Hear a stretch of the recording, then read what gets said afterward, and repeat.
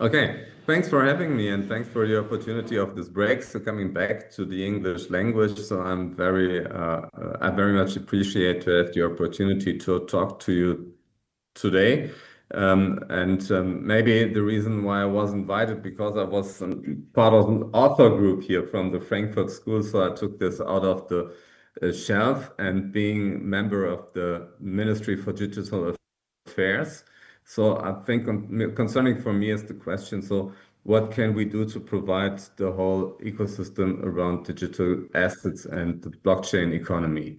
And so beginning with that, the German blockchain market is pretty huge. For this year, it should be something around 2.5 billion US dollars, so it's quite big. And sorry to say this year being in Frankfurt or virtually in Frankfurt, Berlin is at position number one as the leading blockchain location in Germany with 73% of the whole German investment volume. Nevertheless, you have a very strong ecosystem in Frankfurt, and I know that Carlo Kölzer will be the next one speaking here, and I think he has proven how successful also Frankfurt as a fintech location is. So what can I point out to you here today? So the first thing is we need a stable regulatory framework, and this is coming from Europe with MiCAR. And we tried to be very fast in implementing this and very clear in implementing this. And BaFin already licensed the first MiCAR players with DZ Bank, in Germany, the second largest finance institution that we have. And so with Mining Crypto, we see first products upcoming here. The second thing is when it comes to taxes. So we implemented a law, the Kryptowertesteuertransparenzgesetz, sorry for that complicated word. This law doesn't mean that there is transparency around crypto assets. It works beginning with the 1st of January this year. What I want to say at this point, because I heard about all these rumors that's been spread, there is no plan in the German government to increase somehow taxes on crypto assets. So I just want to make that pretty clear, not in current legislation and not in upcoming legislation. So to make this point very clear. We are fostering very much the startup ecosystem as the Ministry for Digital Affairs. And so we very much appreciate and support the initiative of the European Union starting right now to building the EU Inc. I think that's pretty important also to make funding in Germany easier. One of the projects that we support as a ministry is to increase the speed of building companies in Germany to 24 hours. So this is our aim.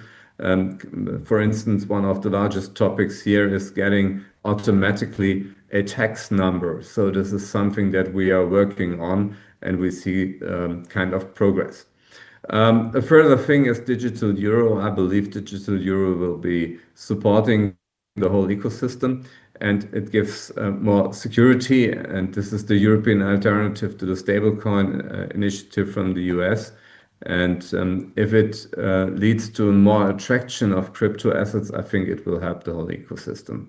And the further point is the new data center strategy that we are following.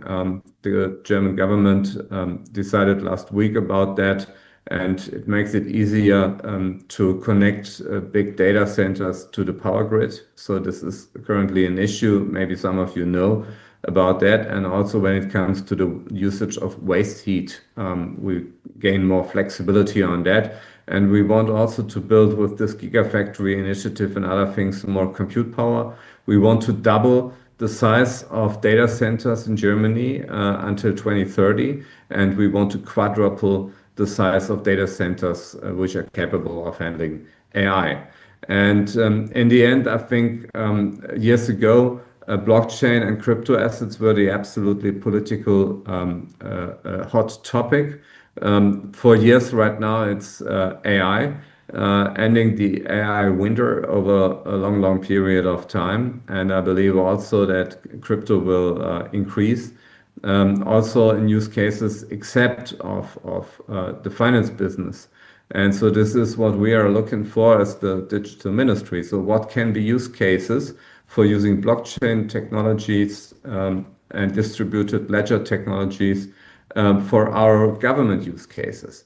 And we started right now, 3 weeks ago, a project bringing together municipalities with AI startups. And maybe this can be a front runner also for other things like blockchain technology, because what we see right now, it's pretty complicated for the procurement officers in the municipalities to buy as startups, because they're asking themselves, will these startups exist in 2 years from now? Do these young and wild entrepreneurs really understand what our problems are? Can we rely on them? And so, how's the legal framework for procuring solutions from startups? And so, we want to make that easier to build a machine that brings together municipalities and startups, and it works. In terms of AI, it works pretty well. We had around 400 startups that are engaging in that project and nearly 200 municipalities. Frankfurt is one of them, also one of our project leads. And so maybe this can be a front runner also for further technologies and for blockchain. So if there are any ideas or startups where you can say so, this is something where the public infrastructure can benefit from. You're highly welcome to bring your ideas to us. And so thanks for having me here today. And I wish your conference everything good and fruitful discussions and a good business.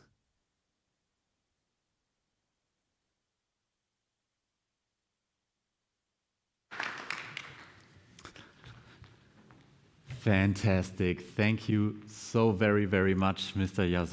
Jarzombek. Excuse me. I was not expecting you to spontaneously pull that off in English. It was fantastic, I believe.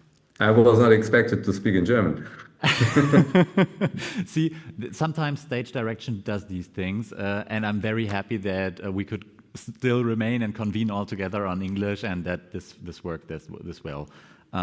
Fantastic, and thank you very much for your insights and for the fantastic keynote.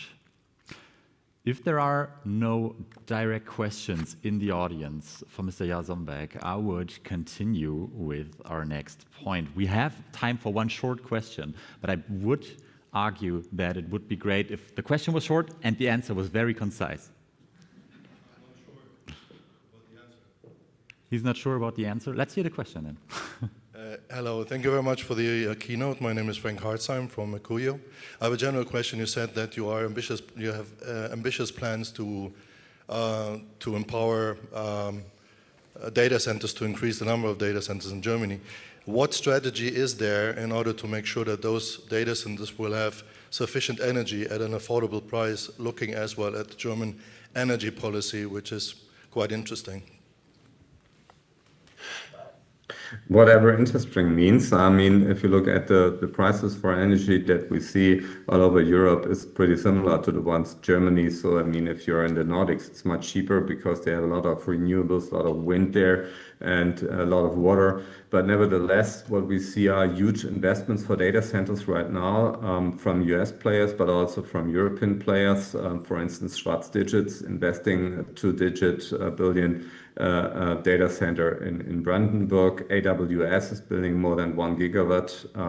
Microsoft, Google, they are building huge sites, especially also in the Frankfurt region. Google is investing there. We have seen Deutsche Telekom with a 10,000 GPUs new data center in Munich, and every day we get new announcements. BlackRock is investing heavily in North Rhine-Westphalia. So we'll see a lot of investments upcoming here in the data center business, and our core problem is not the price of energy. The core problem is connecting these to the grid, because we have very complicated mechanisms for that, and we're going to ease them to plug them more fast. And the second part of the answer is we see all over the world new power plants also being provided with the new data centers. And so first thing also in the Frankfurt region is here a data center, the FRA7 with E.ON. They are building a 61 megawatt gas power plant on the site. And we see that heavily in the US. And I think this is also a front runner for what's upcoming in Germany. We will see also on these supercomputer sites more power plants being built also to be not in a situation that people are scared about their personal energy prices because of all the AI investments upcoming.